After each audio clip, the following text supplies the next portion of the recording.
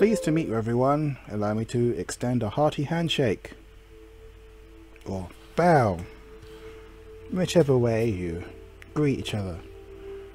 I am the third best unicorn player on the planet, as decreed to me by this official honor dial here. Yes, I won this. I went to Worlds, and I was the third best unicorn, going 3-3. Yeah, it was amazing. You may have seen my previous videos, and you can see my honor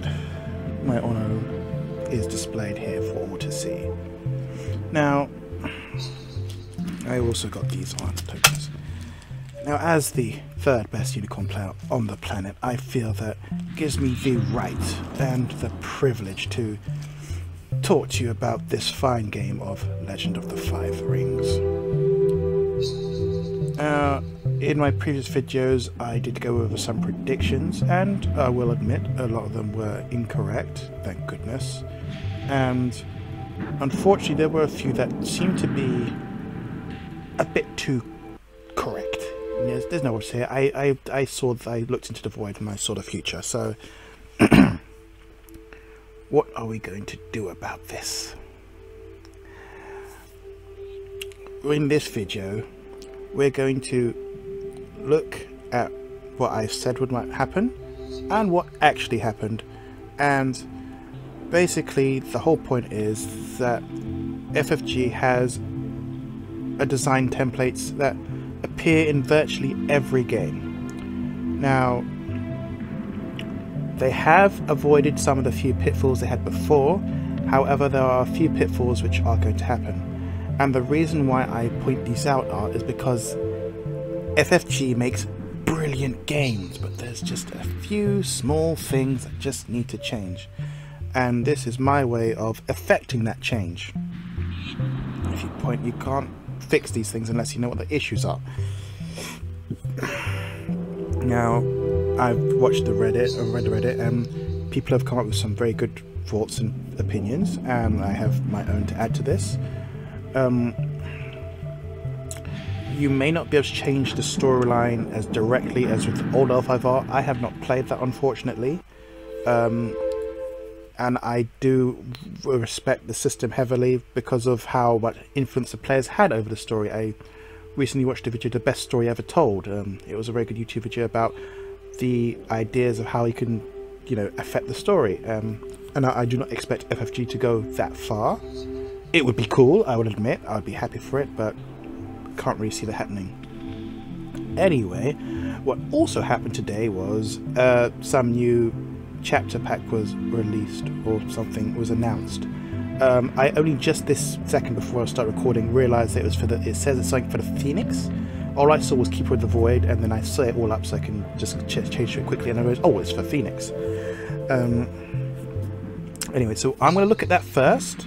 The reason why I'm going to look at that first is that the better picture I can get of the cycle hole, the more accurate I can see how my predictions were.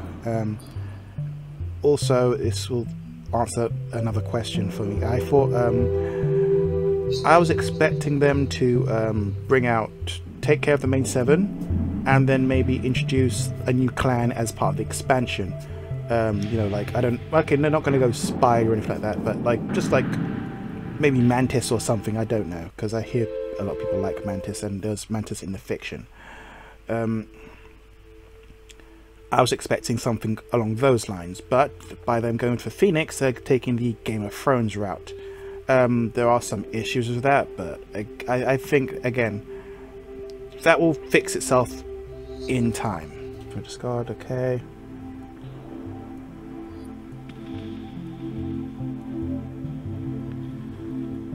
Oh yeah, and so, okay, they are doing the thing, because like I said, in most of the other expansions, well, in Conquest, when you got the expansion for just one faction, I mean, there were a few other cards in there, just like 1 or 2, just for the other factions, just to balance it out a little. And it seems like the Scorpion's getting one, so it seems like maybe everyone will get one at the very least. but they always interact with the main faction box. So it seems like all clans are going to get a Shigenja, it seems. Or something that interacts with Shigenja. Yogo, okay, I can't pronounce that name, unfortunately. Interrupt when the effects of a spell would... play during a conflict would initiate, put this character into play, cancel those effects. Oh wow, that's sick. Scorpion gets another cancel. I'm kind of worried about how much I'm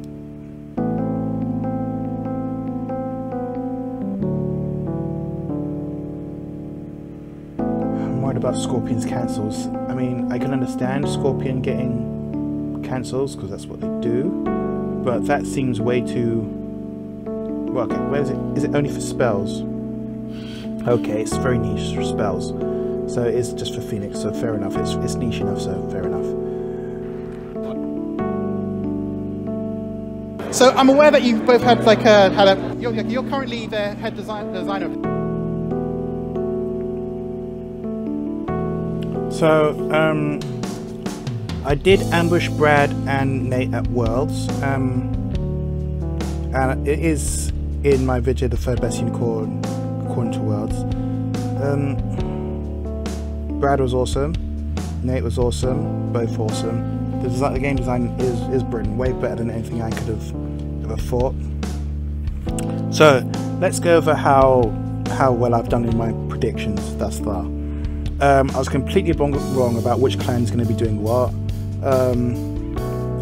I was wrong about there being... Okay, you know what? I wasn't wrong. I thought I was wrong, but I wasn't. Way of the Chrysanthemum. That's the Scorched Earth card. The Scorched Earth card is a card that, when played in a sound combination, pretty much ends the game. In the case of Netrunner, it was a combination where you'd have to tag an opponent, that's the status effect, and then once the opponent has the status effect, you can play Scorched Earth to kill them. If you play double Scorched Earth, they're dead, basically. So that was a very popular combination in the beginning of the early life of the game, and it stayed that way until they finally removed it. In Game of Thrones, it was I think it's called Dawn's Game. The aim of the Game of Thrones is to get to 15 power, and basically during the late game, once you've gone through a certain number of cards, this card would give you a certain number of power. If you played it after winning a power struggle, you'd be given like anywhere from, I think it's like 10 power. Well, anywhere 5 to 10 power. I think you can get like that, but again, you'd have to play it really well, and it did end games because again the aim of the games to get to 15 power, and if you can get like 5 or 10, you can just end the game there. In the case of L5R, I think that card is Way of the Chrysanthemum. Although I will fully admit it is very loose compared to the previous game ending cards.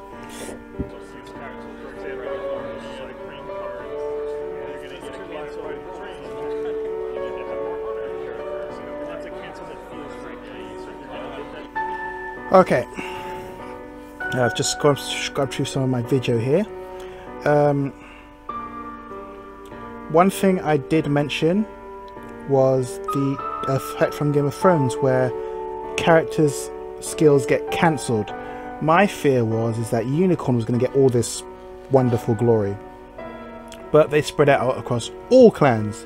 So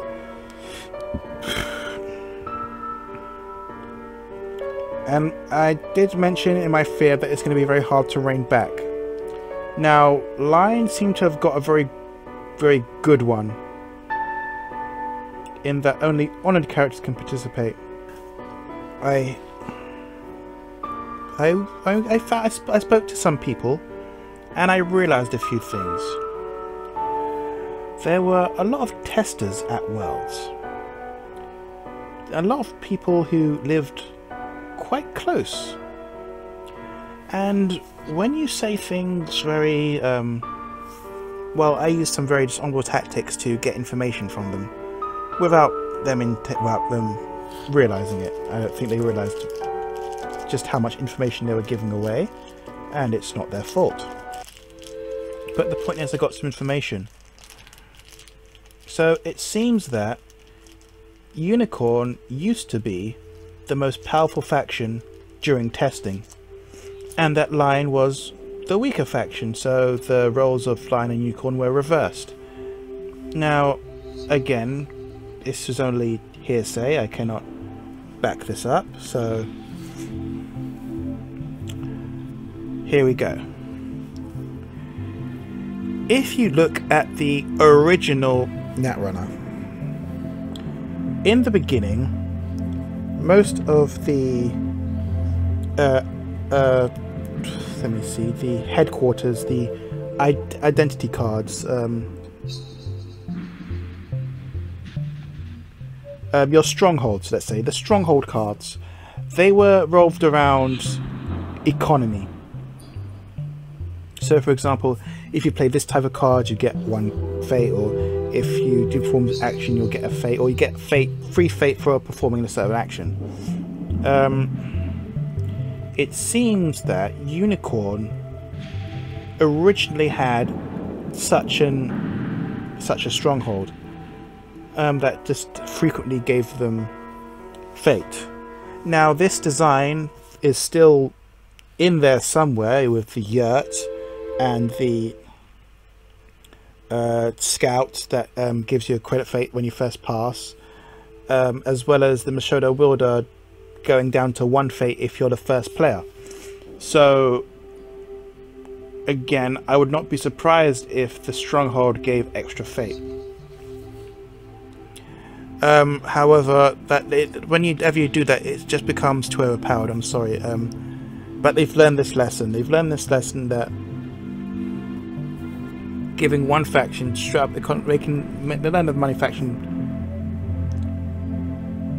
The money faction can be done, but doing it through the yurt, that's great, because if I get money, you get money, everyone gets money. Fine, that's great, do that. If you want the money, you have to perform you have to do a thing, and being quick, being the first to pass to get an extra money,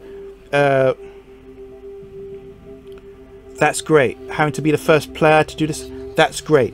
Focus on that, because that makes sense to me. That's a design philosophy. If you get a powerful effect, but that only works when you're the first player, that makes Way of the Unicorn all the better. That makes it unified. Please keep doing this. This is great. Next, I'm going to go into some more stuff I heard.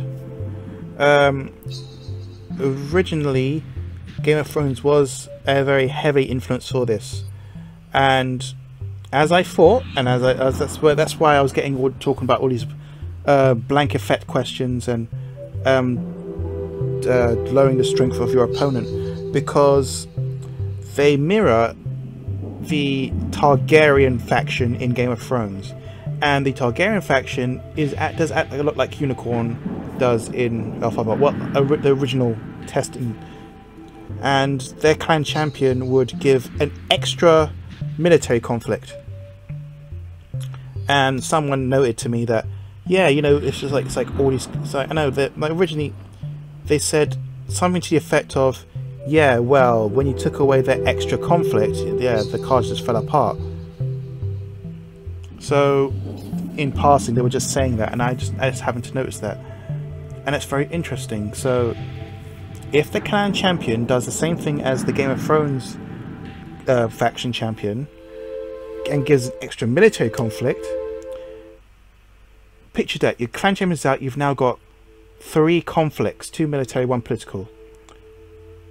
Breakthrough becomes a much more devastating card, and the going first, it really does weigh on your opponent, because okay, you get to attack first.